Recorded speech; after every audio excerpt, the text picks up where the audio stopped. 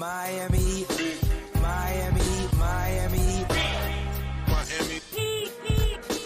Miami, Miami, Miami, Miami, Miami, Miami. It feels like Miami.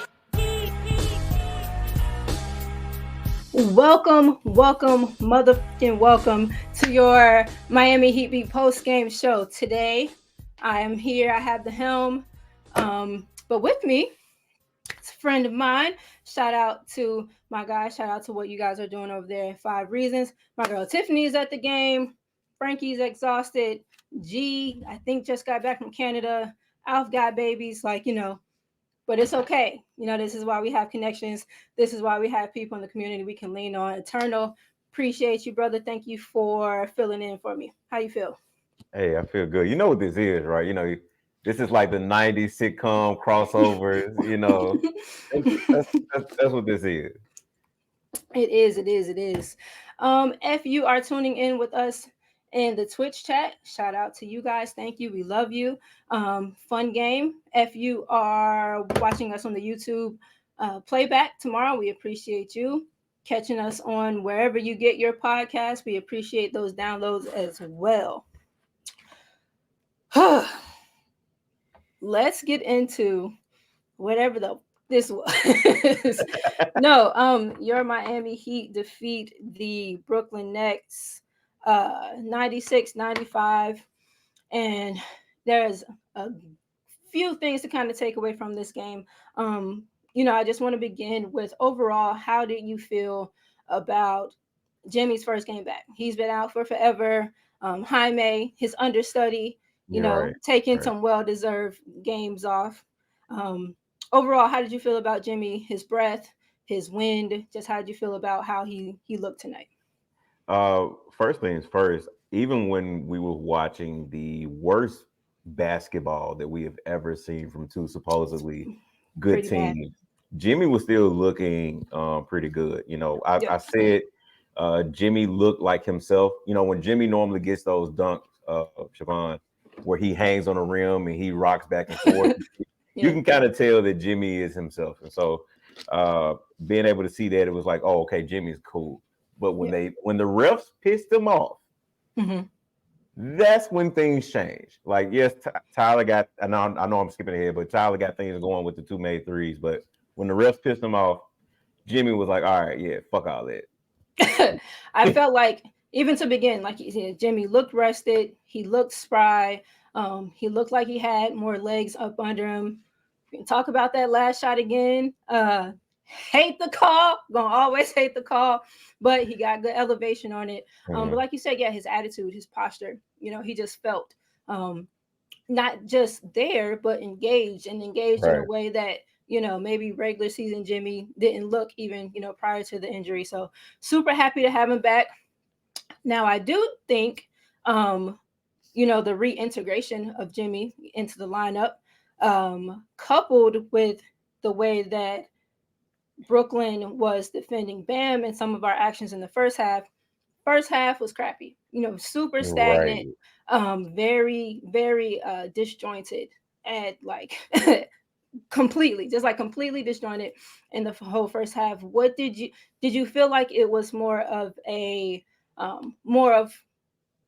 more of the Jimmy reintegration and everyone, trying to figure out how they peck around each other, so to speak? Or did you feel like it was Brooklyn and what they were doing defensively, or a bit of both? I think it was a bit of both, right? Because I think we saw some good basketball things from them with Nico and Jimmy and Tyler and Kyle and Bam. They just weren't hitting shots, right? Like it just felt really ugly at times. Now, I will say, sometimes when they got out in transition, and like when the ball was moving from end to end, I think it looked really, really ugly for both teams. And it just looked like that for like 2 quarters. So I do think maybe some of that had to do with Jimmy being reintegrated into the lineup. But it just, I don't know, it just felt like 2 teams that one was coming back from another country and another one was finishing out a very emotional first start of a back-to-back. Yeah. For me, I felt like it was a little bit of both too. And I had a tweet and I'm not saying they have the exact same games, but we've all, I think the Heat community or the Heat fan base has all kind of acknowledged the similarities between Jaime's game and Jimmy's game. Right. Jaime's a more polished scorer than Jimmy was when he came into the league. But as far as the areas on the floor that they operate, they're super similar. Like you'll get Jimmy in the post up off the extended block. We get Jaime off the post up in the extended block. But for some odd reason, and again, I want to touch on this a bit later, where it like really, really picked up. We move differently off of Jaime actions than we kind of do Jimmy's. And so while always this level of, cook Jimmy cook, there is still a tendency to ball watch and just watch Jimmy see whether or not he can kind of cook. And so I thought that there was some of that happening in the first half. We weren't being physical at all. Brooklyn played with a huge amount of aggression, and to be the team to like instigate the aggression, you level set for the refs. Like you determine kind of how you want shit called, because they can't call everything. So if I'm consistently, applying physicality, you're gonna have to meet that at some point. I thought in the first half they didn't. But what I really thought Brooklyn did a great job of in the first half was defending Bam.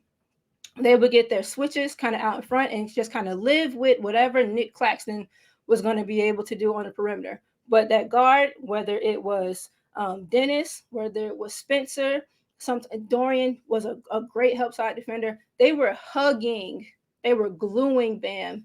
And, I thought it showed. Bam finished with 11 points on, just 5 of 17 shooting, monster rebounding game, great defensive game, did a lot of things well, but scoring wasn't, kind of what we've seen for Bam. Did you see anything either different than what I said, kind of also what I said, adding on to that? Like, how did you feel about Bam offensively in the first half? One of the things we noted on playback is that the book is out, Siobhan, on Bam and double teams. He does not respond well to being doubled. And if you time it right on certain parts of the floor, he doesn't really have he doesn't sense it coming, or they don't communicate, hey, watch out for the double or whatever, or somebody moves to help him. And they kept spamming the double all night. And you could tell that it was really bothering him. And also too, nobody's cutting to help get him out of the situation before the double is fully collapsed on him. But besides that, I just thought, besides the double teams, Clax did a pretty good job of guarding him in the post, and not allowing him to seal and get really, really close to the basket. Just kind of challenging his shot. So I don't know. This is the second game against Brooklyn where you can kind of tell that particular matchup isn't one that Bam just fully takes over. Yeah. And Bam has always, I think, had, and it's not a knock on him, and it's not anything to like be ashamed of, but it's kind of the truth, and it's the truth with other people on the team. Like length really can really disrupt some stuff. And whether it was the way that they were really gluing to him out of pick and roll situations, or the way that they were doubling him, out of the extended post, two smalls in a double is a little bit easier to, pass and navigate over. You got Dorian and let's say Royce O'Neal or whomever else, kind of bringing the double, and that's a bit different of a challenge. And so what I thought that they did different, pause there. I will say that I feel like Bam has gotten better at recognizing the double and looking to pass out of it. I think, sometimes his posture in the double could feel a little stronger, but again, that's on his teammates to like make themselves, more available than they do, or at least quicker. Almost to the point where I'm feeling like now schematically, like the thing is stay spaced when Jimmy, Bam are doubled, right? Like stay in their line of sight, but stay spaced on the perimeter. And it's almost like we're praying that skip pass can make it. But into the second half, the things that I thought Miami did differently, they went a little bit away from the Bam pick and roll because they were just jamming him so hard Right. on their roll. And so they went to like posting him a bit more and trying to get it to him there. But again, bringing the doubles and us not reacting to it, like, I don't know. Do you feel like, and I'm not to say or trying to suggest that, I don't know, maybe I am. I don't like, is it the game plan sometimes to not take those very, very obvious cuts that would, free up like relief pass cuts, you still draw attention? Or do you feel like sometimes it's just like deer in the headlights waiting for whatever is going to happen out of the double? One of the things I mentioned on playback is that this is as nearly healthy as they've Yeah. been all season. So Right. they were missing only Jaime and Kevin tonight, right? And so what it seemed like was one of the lineups we saw Josh, Duncan, Caleb, Haywood, Nico, and one of them was Bam out there, right? And like you haven't really seen them play that much time together, and so it doesn't really seem like everybody has a feel for each other on the court. And so, yeah, you have those things that, like you mentioned, where guys are just standing around, they're not cutting, there's no movement. Even if the ball was swinging, like nobody was really moving to give the ball intention, right? And so it just didn't really feel like that was kind of, on key. But in the second half, like you mentioned, one of the things that kind of changed was there was more, it seemed to be more intention going on the offensive side of the court. Uh, Especially on the Jimmy and Bam side, right? Like one of the actions they ran, Tyler or Kyle was at the top of the key. You could tell that Jimmy was going around Bam to bring his defender around him on the low block so he could set up on the other side of the block, and he was popping open numerous of times. Sometimes the ball got to him, sometimes it didn't, but you could just kind of tell it was disrupting what the Nets had planned on their defense. So yeah, to your point, yeah, I agree. I feel like, so out of short roll situations, so Bam, pick and roll, short roll, somewhere around the elbow / third hash mark, when defenses collapse on us kind of on the interior a bit, we are great baseline cutters. Oh, absolutely, yeah. Haywood, Caleb, Josh, Jaime, Jimmy, fantastic baseline cutters, like cutting behind the defense. I just, for the life of me, I can't understand why we won't take what presents themselves as so many face cutting opportunities again with the ball, kind of locked up on the wing. And pushing back on you just a little bit, I don't even know that that's a factor of, familiarity with the lineup that you're out there with. These are like kind of basic tenets of helping beat the I zone, agree. or like I helping, agree. beat a I trap, agree. especially a trap off on the sideline. Like you're so committed to one side and there's two on the ball. There's like nothing but just open paint, just like a runway of open paint. That I just You feel say like, that, I give you a pushback. You say that, and I uh-huh. agree. But we also see that this team can't run a fucking proper fast break. That's different though. And yes, but that is different. You're not wrong. You're not wrong, but that is different, I feel like. What else I like? Second half adjustments. So rather than trying to run so much Bam Tyler pick and roll, and so the Bam pick and roll with whomever, Tyler, Duncan, he doesn't really run much pick and roll with Jimmy. That you're either bringing two to the ball as the handler, which is, leaving Bam open, or you're mostly selling out on Bam. And so the guard, kind of has a little bit of space. And so when they were jamming it kind of the way that they were, not only did it take Bam out of a lot of actions, it also took the resulting guard play out of like a lot of stuff. So into the second half, moving Bam out of the pick and roll a little bit and kind of just instilling some space, just period, just based off of what the actions were. Like I said, I tweeted that, what do we look like when we can't force it into Bam? And it needed to be a guard that kind of loosened things up. much like the Orlando game a couple games ago, not the most recent one, but Mhm.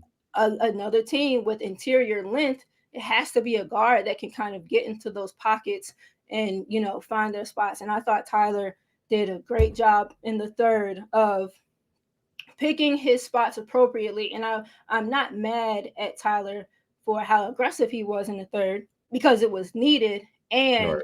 he is one of the guys best able to pick into those pockets with the snake dribble. He's crafty enough. People hate the long floater, and I understand that long ass floater with one hand from like the third hash. I get it. But The bitch he's was on though. The bitch was on. The bitch was in. exactly, and he's adept at it. He works at that shot. And how did you feel? We've had like a lot of third quarter letdowns over the past few games. How did you feel about Tyler's aggression, particularly tonight in the third? Bro, they didn't have shit going in the first half. You needed whatever. Listen, throw out the Yeah, kitchen sink. Whatever is working. All right. yeah, So it was one of them things where you just needed somebody to get going, and Tyler was the faucet opening. yeah, He was able to get the first three to fall. Like they literally did not hit a three in the first half, and Tyler was the one to get that first yep, three to go, and then the second one, and then he got the floater going, and then they got some more threes to fall, and so it was just good to see the basket go, see the ball going through the basket. And Tyler was able to, like you said, to take advantage of that being like a little bit of a soft spot, enough of a spot for him to take the floater. And like I wasn't mad at it, right? yeah, Because they didn't have anything else working. yeah. And if the defense give it to you, you have to take advantage of what the defense gave you. So shout out to Tyler for taking it and actually providing a spark, which kind of fed into everybody else getting going into the offense. Yep. It's like Tyler loosened it a bit, and then the more shots started falling. Josh's shots started falling. Caleb hit a couple. Duncan a little bit tonight. 0 points, 0 for 3 from 3, 0 for 4 overall. Duncan's had A a little regression? bit of, no, I wouldn't even say a regression. Interesting. Elaborate. Do you feel like it's a regression, or is it a little bit of a cold spell and defenses maybe keying in on him a bit more? You feel like it's a regression? I can't necessarily say that because he just had 19 points last night, right? But Yep. he He was had averaging. He's been prior to this game over the last two. He was averaging 21.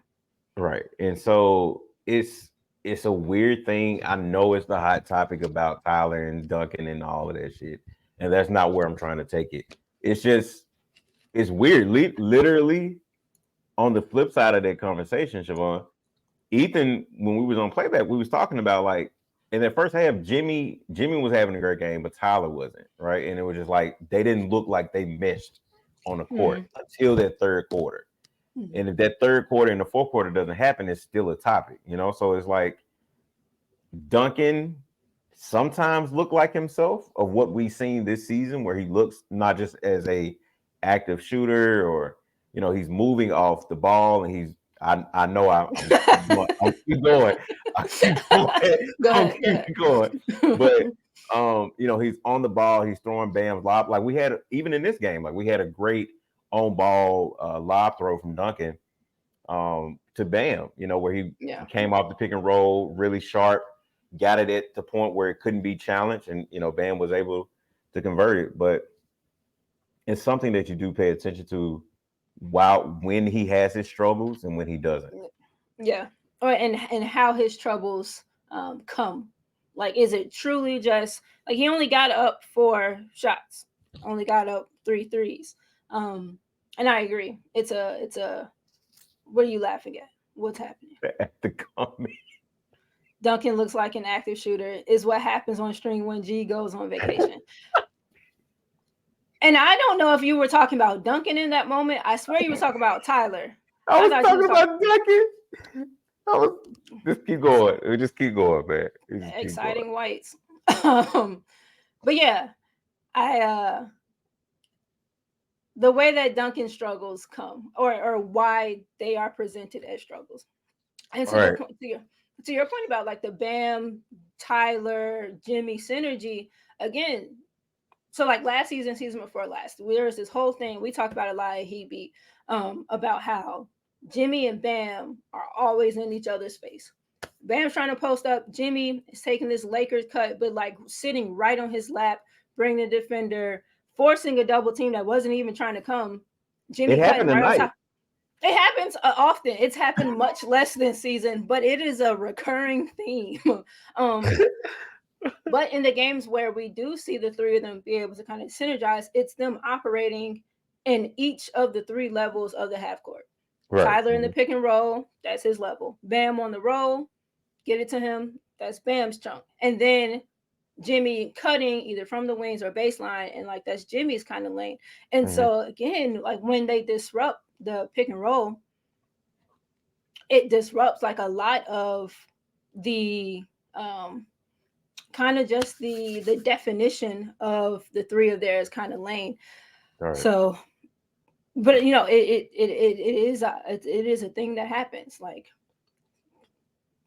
either one half, one of them has it, another half, another of them doesn't. A game Right. into like they gotta figure out how to mesh all three of those skill sets, even when they're like primary action that gets them into it, you know, isn't there.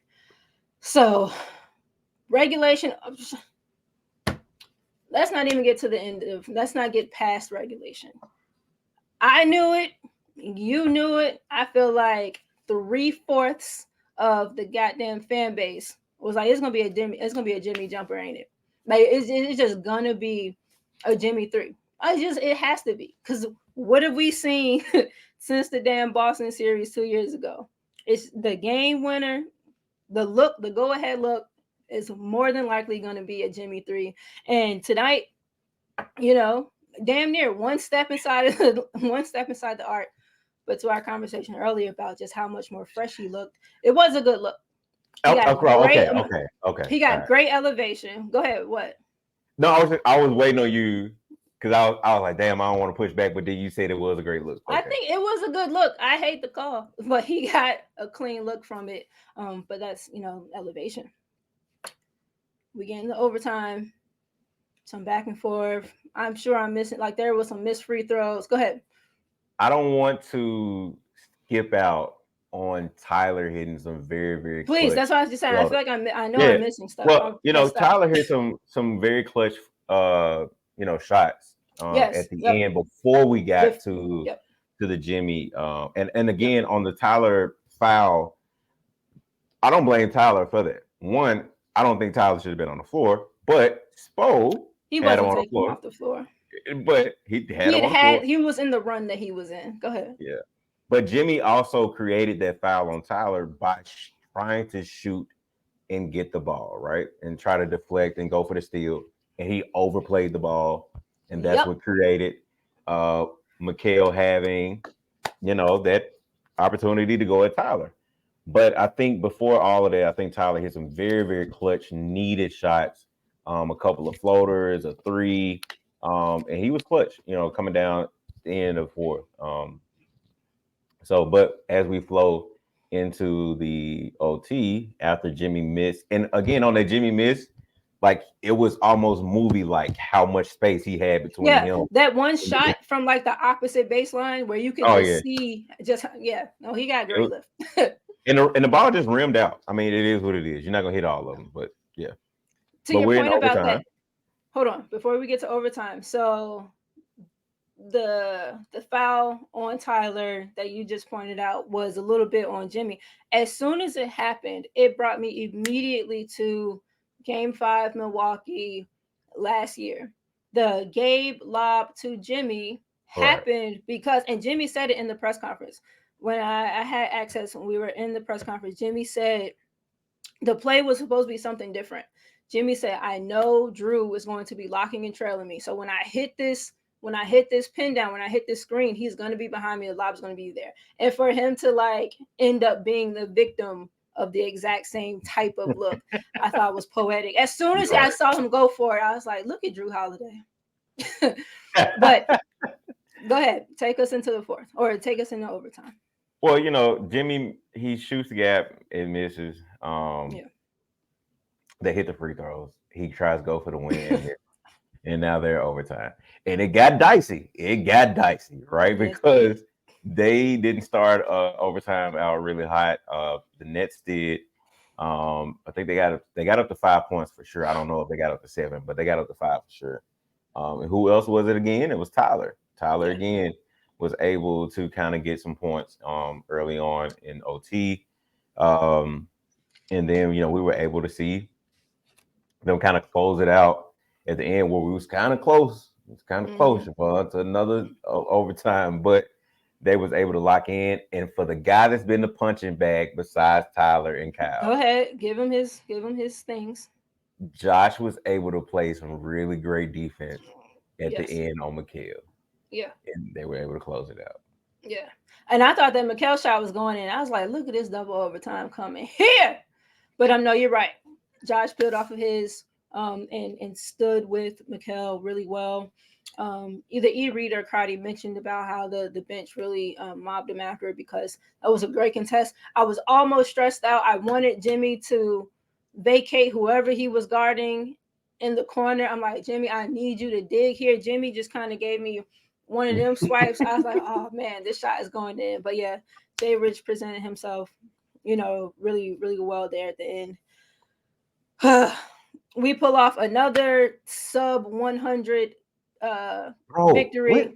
When was the last time we seen a game go into overtime and neither team reaches 100? It's the fact that it was overtime because we just beat the Magic sub 100 on both sides, but the fact that you had an additional 5 minutes and nobody could crack a C note, it's fine. This is what I like. This is good, honest, rough them up basketball. But it was a physical game, and it's good for. We have to start winning. We got to string together wins, but we need to be able to win in multiple ways. And earlier in the season, we were like, our fourth quarters were terrible. We were losing fourth quarters. We were giving up, even if we weren't necessarily losing games, we were losing crucial minutes to end games. And I'm happy to see them, hold the rope a little bit here down the stretch. Jimmy back, Kyle's back. I'm sure Kevin will be back soon.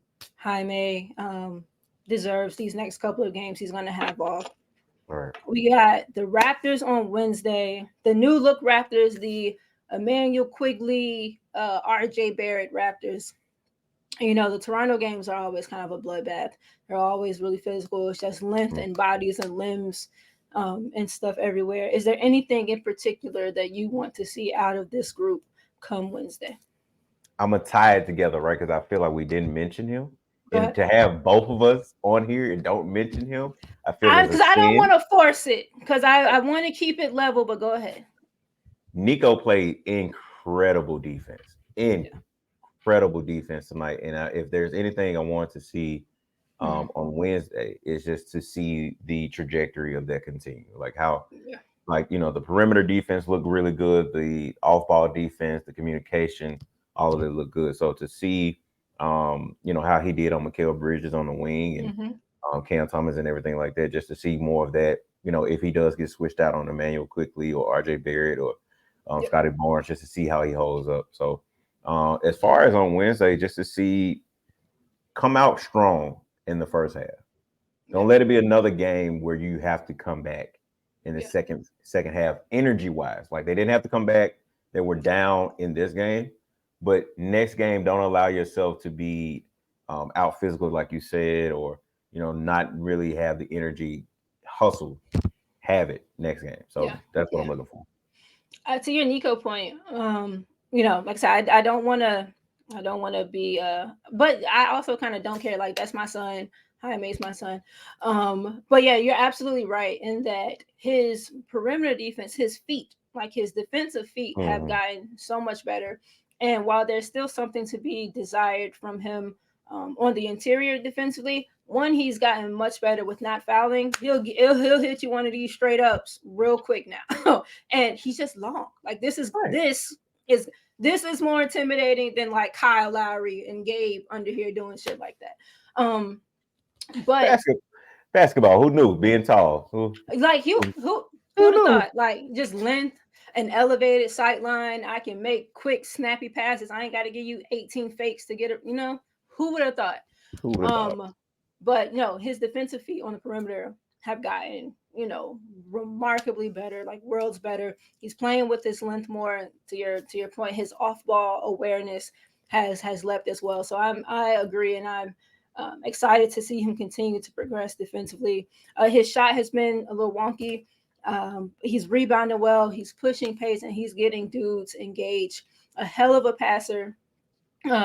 They've run that back screen for whomever it is on the wing with Nikola at the top this game, last game, and he's like lasering. He's just a phenomenal passer. Great vision. So yeah, seeing him continue to progress defensively, I'm looking forward to against drivers like RJ and physical guys. So And they're trusting him a little bit more with the ball in his hands. We saw them yes, run yep. a inverted pick and roll with him and Kyle, and we've seen them run another inverted pick and roll with him and Jimmy. So just to see them trust him with the ball in his hand is getting us closer to what I want. I won't mention, but it's getting us closer. Baby steps. You gotta spoon feed the people. You can't just throw the truth at everybody like all at once. That's when people want to, reject it. You just gotta let them, gradually. Right.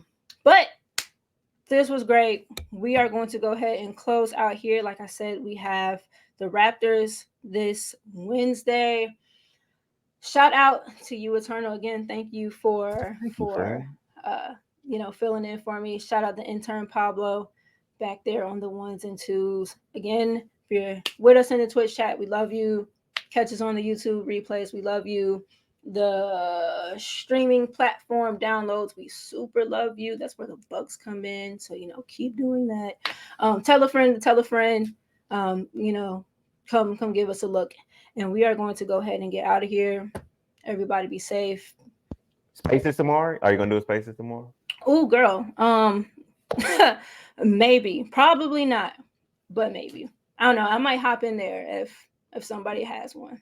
I'm not gonna host one, but I might hop in there if you having one or. Okay, fine. I don't know. I'd be having to be leery about Royal throwing spaces. Them shits get wild, but we'll see. Right. Probably will be back here on Wednesday though, like I said. And we hope to see you back here too. Peace.